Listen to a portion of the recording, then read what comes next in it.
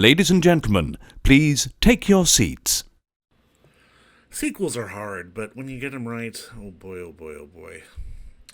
If you're within the sound of my voice, that must mean you are in the seats with once more. As always, my name is Dave Voigt, and I am the host of this podcast, where we sit down with a wide-ranging variety of industry professionals and pick their brain about current projects, state of the industry, how they got started, and so very much more in a light and conversational fashion.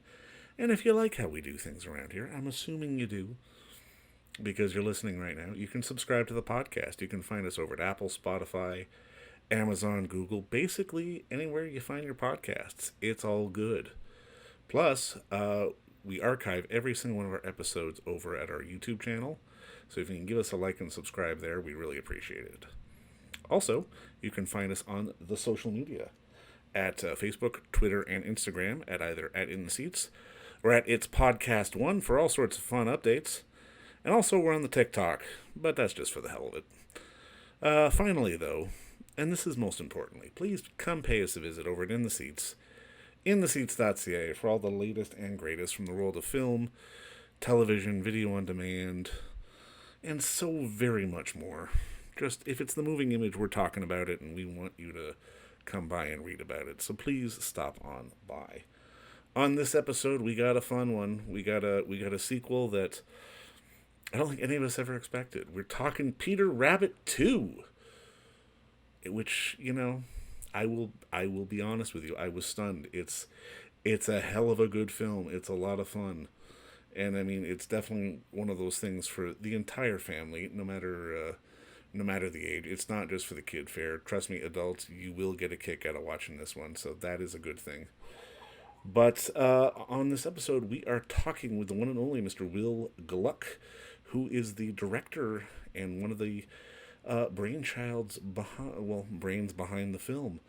And we talked about just sort of the quick turn of this sequel, getting shut down at the last minute because of the pandemic, and just sort of the complexities of blending live action and animation and creating something that truly is a family film. Because I mean, so more often than not, we can all watch animated films, or we can watch stuff that are marketed towards the kids, that are really sort of strictly only for the kids. They would make the parents sort of roll their eyes, but while watching it. But hand to God, this one is a lot of fun, and it is for everyone, and everyone will get a bit out of it. But please go check it out on Premium VOD right now, or in theaters. Premium VOD right now. There may be some theaters, but I'm not 100% sure on that. Premium VOD, and like I said, enjoy our talk with Will, because I certainly know that I did.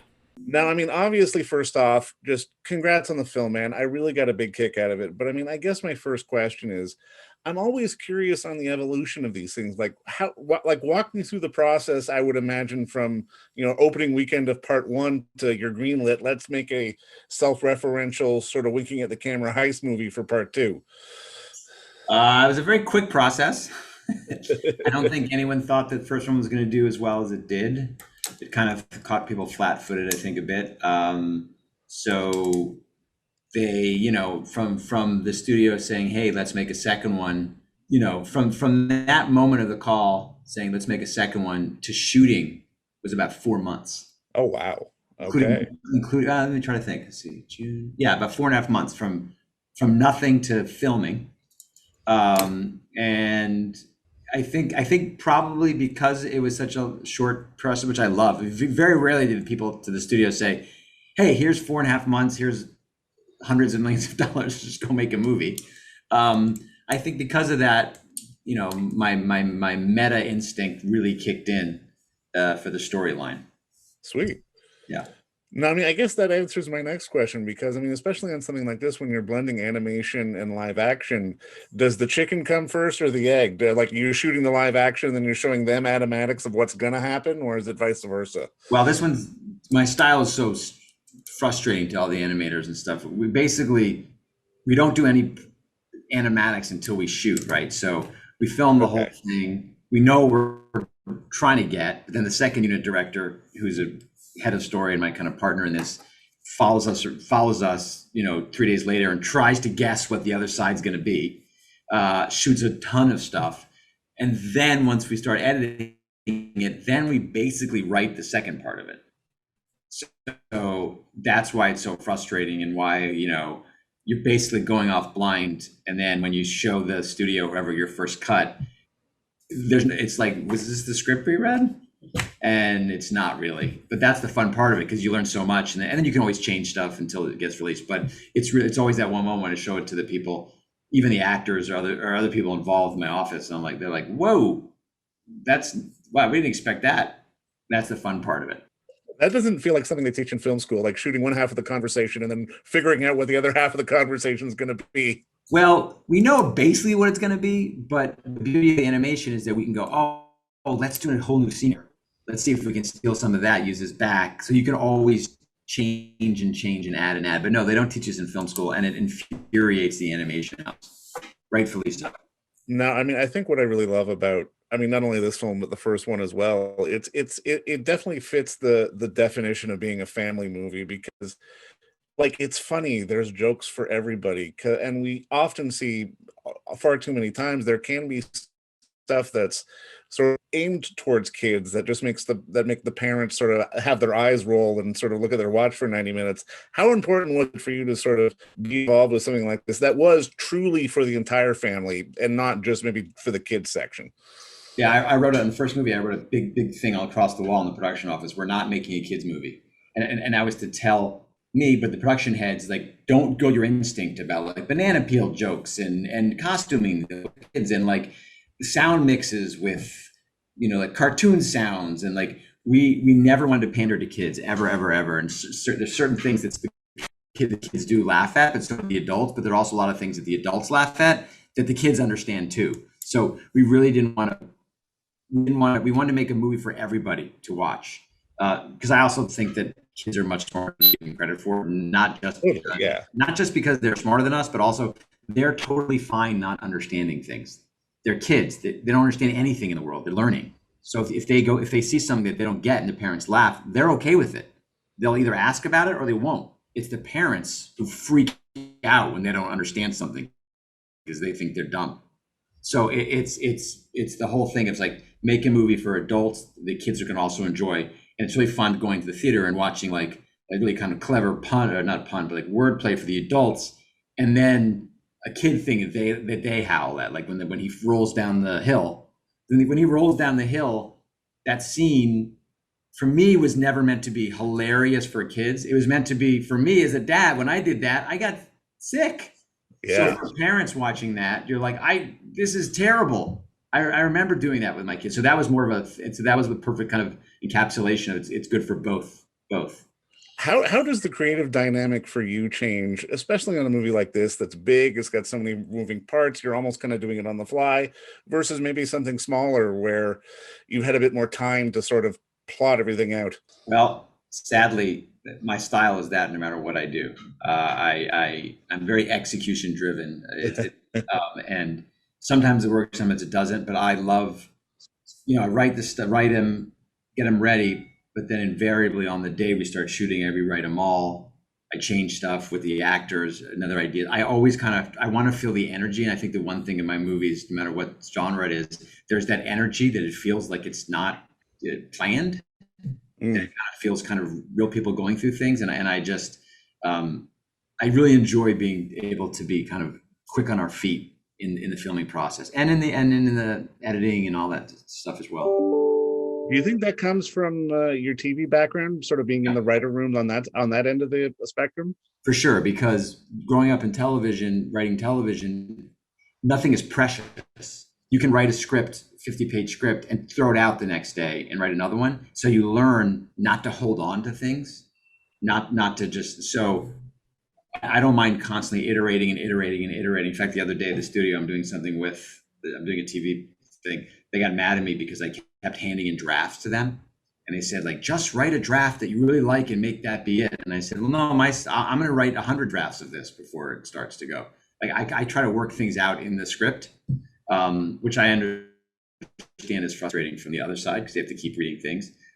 But it's totally television. It's the greatest, education, I thought. How important And I mean, I'm kind of curious about this because I mean, obviously, the whole setup of the film is like the animals are talking, but nobody realizes they're talking until the things get a little more on. And I'm kind of curious because it's weird to have a movie where you're having a couple actors do one side of the story, and then you have to sort of direct the voice actors on the other side. It's how do you sort of get those things to blend together? Because there's obviously going to be a bit of separation between the two.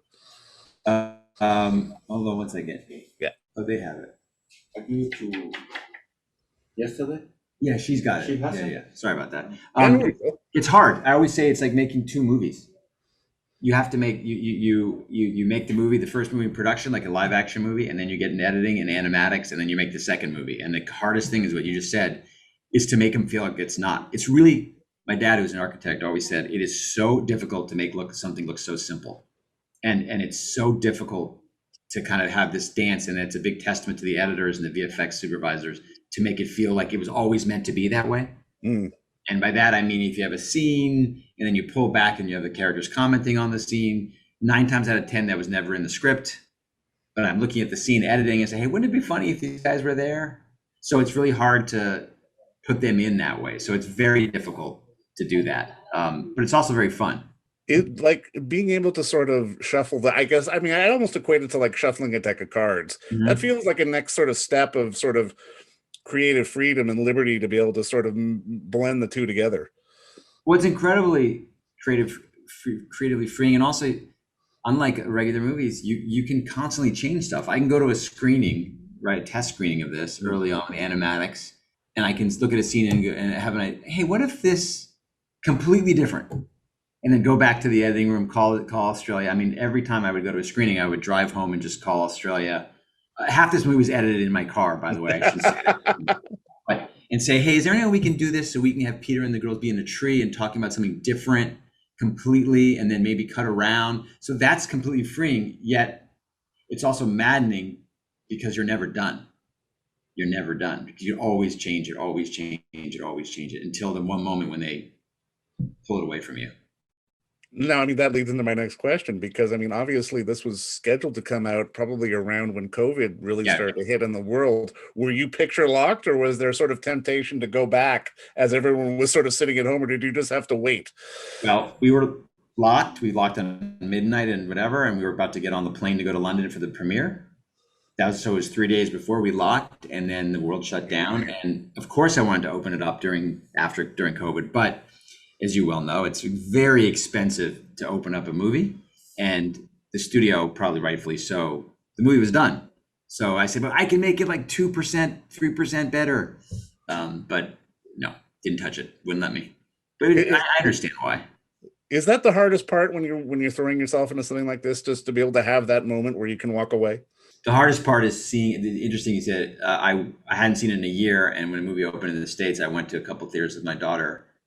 And the hardest part was seeing it in the theater. I'm like, can we change? Oh, we can fix that. Oh, that's not good. Oh, yeah. That's why you can't see these movies again. You can see your live action movies again because, it is kind of what it is. But this movie, whenever I look at these movies, I'm always constantly looking at it as an eye. Can we fix that? Can we fix that? But now you can't. Now, I guess now this is the ultimate question. Did the kids give it the seal of approval? Of course not. They're never gonna tell their dad that they like something. Come on. If they did, I have some really weird kids.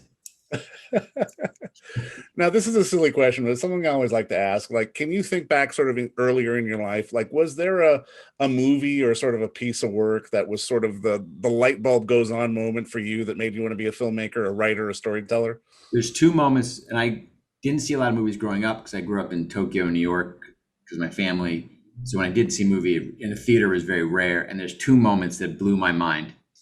And then I steal from all the time. One of them was in Trading Places. When Eddie, you saw Trading Places, of course. You saw Trading Places. Yeah. I can hear you now. Yeah, I have, absolutely. Yeah. Moment Trading Places when Eddie Murphy's been sat down there and they're explaining to him what pork bellies are. And Mortimer, the old guy, goes, pork bellies, like a bacon sandwich, like a bacon, lettuce, and tomato sandwich. And Eddie Murphy just looks at the camera. And I literally, I shit my pants. Like, I couldn't believe it. I could not believe it. I couldn't believe it because to me, that was as a young kid. I'm like, oh, there's filmmakers making these things. and they know that people are going to be watching them. So that Shivers, and then the other one was Ferris Bueller. Ferris Bueller, that movie just spoke to me in so many ways that I ripped off every possible scene I could throughout my career of that movie. Fantastic. I love those answers. Now, I mean, obviously for you, this is such a interesting experience because it was hurry up and then you had to wait. And I'm kind of curious now that it's sort of out there in the universe, like, do you think you'll ever sort of run into an experience like this where you've had to hurry up and then wait in such an extreme fashion? Well, yeah, because I believe that everyone's going to be watching movies on streaming from now on, including us. We all do. I know that some people are going to go to theaters, but I'm sure a lot of my movies will be on streaming. And the one amazing thing about theatrical releases is that you do it and then you go and you enjoy the premieres and you enjoy the people watching it. And for 3 weeks or 4 weeks around the world, it's intense. People are always talking about your movie. But I think now that when you put a movie out, you put it out on whatever, the big N behind you to your left. Yeah. And then that's it. No more Is that a good thing, a bad thing, or is it a thing? Just a thing. Just a different thing. Change is happening, changes here. You can't fight it. It's just a thing. Now, more people will see our movies on Netflix than ever before, right? Yeah. But I don't think it'll be part of a conversation anymore. And I think the one thing that's changing is that you're not part of a conversation. And this one was very weird because we were starting to have the conversation. It shut down. And this movie started, we started releasing this movie in March in Australia, then May in the UK, and then Russia, then Mexico, then US, and it was all COVIDized. So it's kind of a muted conversation. So this is a nice transition for me from the big theatrical to streaming. Now, I mean, I guess just to put a bow on this, if you get the green light for Peter Rabbit 3, will this go full Fast and Furious? Will Peter go to space? Peter will not go to space, but we have an incredible idea for 3. That if we do make it, the opening scene will be quite something. Well, fingers and toes crossed, man. And you know what? Thank you for the time today, Will. This was a lot of fun. You. Take care. And don't forget to visit our friends over at Bay Street Video for all your DVD, Blu-ray rental, or purchasing needs this summer, as they are still open for curbside and some mailing delivery as well. Over at 1172 Bay Street, Toronto, Ontario, Canada, you can give them a call at 416-964-9088. That's 416-964-9088. Or send them an email at baystreetvideoto@gmail.com for any of your DVD and Blu-ray needs.